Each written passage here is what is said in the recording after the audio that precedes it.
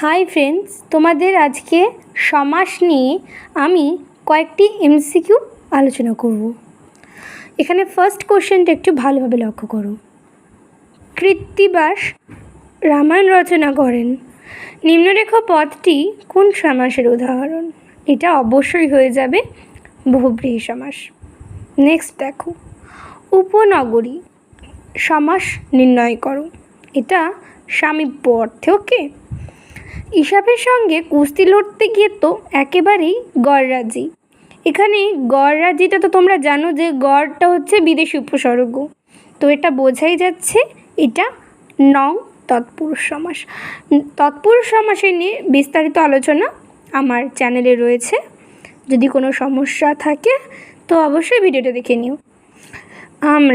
আমরা এটা তোমরা এটা প্রত্যেককেই জানো, আমি, তুমি, এও সে, এটা একশেষ দ্বন্দ্ব সমাস হয়ে যাবে। সিংহাসন আমরা প্রত্যেকেই জানি সিংহ চিহ্নিত আসন, তবে কোনো বইতে, তবে বামনদেবের বইতে তোমরা এখানে এটা পেয়ে যাচ্ছ সিংহ লাঞ্ছিত আসন, কিন্তু দীর্ঘদিন ধরে আমরা সিংহ চিহ্নিত আসনটাই জেনে আসছি, তো এখানে অ্যান্সার হয়ে যাবে সিংহ চিহ্নিত আসন। চিরসুখীটা হয়ে যাবে ব্যাপ্তি তৎপুরুষ সমাস, চিরকাল ব্যাপিয়া সুখী। গিন্নিমা হচ্ছে যিনি গিন্নি তিনি মা।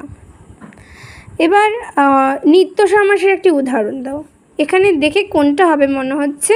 এখানে জ্ঞান মাত্র হবে, কারণ চাল ভাজা হয়ে যাচ্ছে চালকে ভাজা, গণ্যমান হয়ে যাচ্ছে যিনি গণ্য তিনি মান্য, গোলাপ ফুল গোলাপ নামক ফুল, আর জ্ঞান মাত্র কেবল জ্ঞান, তো এখানে অ্যান্সার হয়ে যাচ্ছে জ্ঞান মাত্র।